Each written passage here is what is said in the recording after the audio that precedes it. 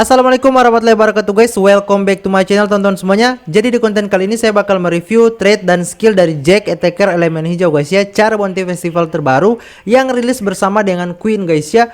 Kemarin teman-teman saya itu udah sempat gacha ya, tapi seperti yang kalian tahu kalau kalian nonton gachanya, saya itu malah di spam Queen sampai 3 kali guys ya. Sampai-sampai Queen saya itu udah level 80 bintang 5 cuy. Tapi kali ini teman-teman akhirnya begitu saya melanjutkan step up gachanya, saya bisa dapat Jack guys ya.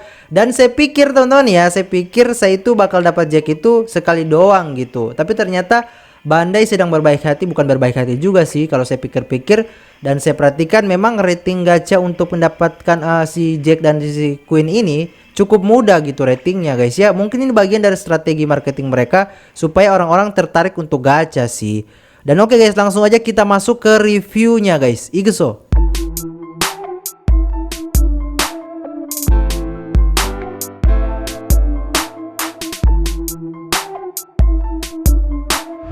Oke guys, kita review dari skillnya terlebih dahulu guys ya. Kita mulai dari skill satunya. Jadi ini skill satunya, don't get ahead of yourself. Artinya jangan mendahului dirimu sendiri. Mungkin ada makna di balik kalimat itu guys ya.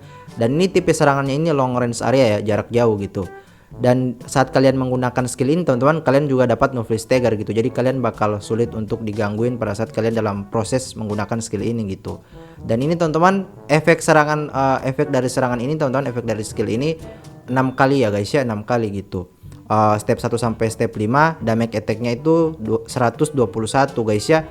Dan untuk step 6 efek serangan terakhir damage-nya itu jauh lebih banyak, yaitu 243. Jadi kalau total kita gabungin total damage-nya itu, damage attack-nya sampai 364 guys ya, 364 gitu. Dan cooldown-nya ini cukup cepat guys ya, 27 detik gitu. Ini skill satunya teman-teman bisa apa ya, bisa menghilangkan skill magmanya, skill 2 magmanya Akainu sih guys ya, efek dari perlindungan kebalnya itu loh.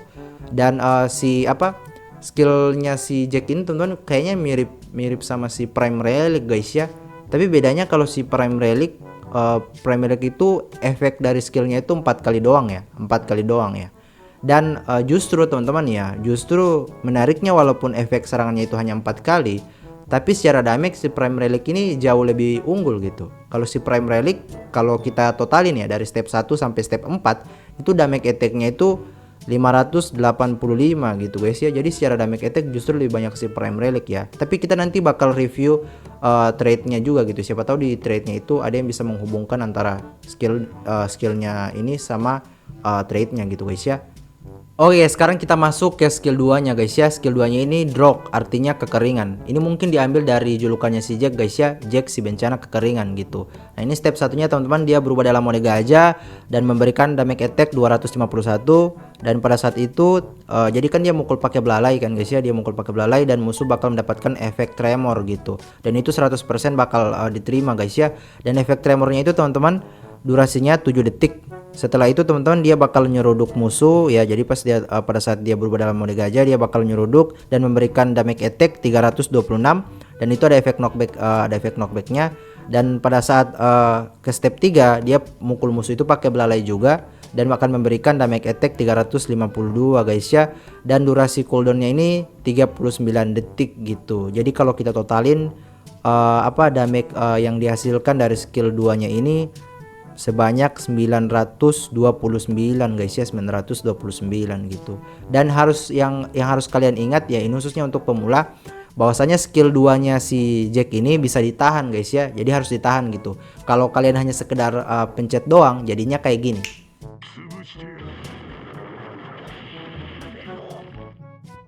Tapi kalau misalnya kalian tahan, itu bakal lama lagi guys ya. Jadi dia bakal bisa nyeruduk lebih dari satu musuh gitu guys ya. Bakal bisa 4 musuh kalau memang musuhnya benar-benar belum mati semuanya gitu guys ya.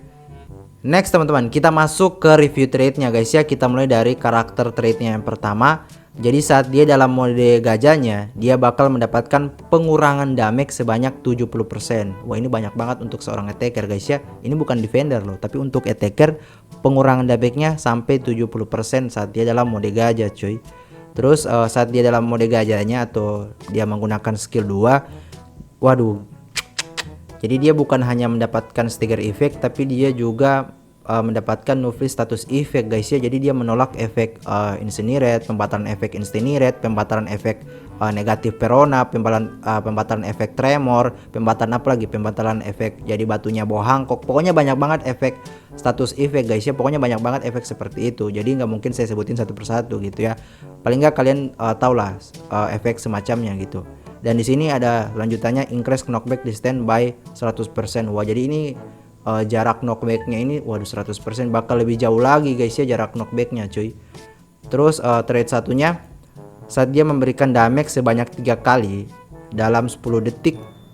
Waduh, saat dia memberikan damage 3 kali dalam waktu 10 detik, dia bakal akan meningkatkan cooldown dodging musuh sebanyak 20% gitu. Jadi musuh tiba-tiba bakal kehilangan skill dodgingnya guys ya sebanyak 20% gitu guys ya saat dia memberikan damage sebanyak 3 kali gitu. Ini bakal merepotkan sih. Mungkin ini bakal jadi skill satunya, bakal terhubung dengan skill satunya teman-teman. Dan di sini trait satu keduanya yaitu when attacking an enemy with skill 2. Jadi saat dia menggunakan saat dia menyerang musuh menggunakan skill 2. Wah, ini ngeri juga sih. Saat dia menyerang musuh menggunakan skill 2, maka meningkatkan waktu cooldown skill musuh sebanyak 30% ya. Jadi mau skill 1 mau skill 2-nya musuh itu bakal hilang guys ya. Tiba-tiba bakal turun aja cooldown time-nya gitu ya. Waktu cooldownnya bakalan turun gitu. Jadi wah, ini sangat berguna banget sih guys ya. Trait satunya ini bisa buat musuh kewalahan guys ya. Kalau nggak miss gitu ya. Kalau musuhnya jago perfect dodge ya bakal percuma juga sih. Next, trait 2-nya si Jack. Yang pertama, saat darahnya itu lebih dari 30% akan tersisa 1% darah sebelum ia mati guys ya, bahkan sebelum ia mati gitu. Jadi ibaratnya si Jack ini punya 1 kali efek kebal guys ya. Harusnya dia itu udah mati, tapi dia masih punya 1% HP lagi gitu ya. Jangan diremehkan loh guys ya. Kadang 1% HP itu justru masih bisa survive guys ya. Tapi ingat ya, syaratnya itu darah harus di atas 30% guys ya. Jadi kalau misalnya darahnya itu di bawah 30%, maka trait ini tidak akan berfungsi guys ya. Ini trait ini mirip seperti traitnya si Luffy Taro guys ya. Yang membedakan kalau si Luffy Taro itu darahnya itu harus di atas 50% gitu. Kalau si Jack ini cukup di atas 30% doang gitu. Jadi lebih bagusan si Jack guys ya. Dan selanjutnya teman-teman, saat si Jack ini menyerang musuh, 100% kemungkinan akan menambah attack sebanyak 5% dan akan terus meningkat mentok sampai 75% guys ya. Tapi akan ke reset kalau misalnya Jacknya mati guys ya. Dan lanjutannya, Jack juga bakal mendapatkan tambahan darah sesuai dengan damage yang diberikan guys ya. Mentoknya sampai 1500 guys ya. Jadi dia bakal mendapatkan tambahan 20% dari damage yang diberikan guys ya. Jadi semakin banyak damage yang diberikan, semakin banyak pula tambahan darahnya guys ya. 20% dari damage yang diberikan. Dan boost rate-nya itu increase critical damage guys ya. Jadi dia punya efek critical juga cuy. Nah, terakhir teman-teman, kesimpulannya menurut saya si Jack ini bagus ya. Dia bisa bersaing dengan Meta Broken saat ini gitu. Tapi kalau misalnya harus dibandingin, lebih pilih mana bang? Antara Jack dan Queen gitu. Kalau saya pribadi teman-teman, saya lebih pilih Queen guys ya.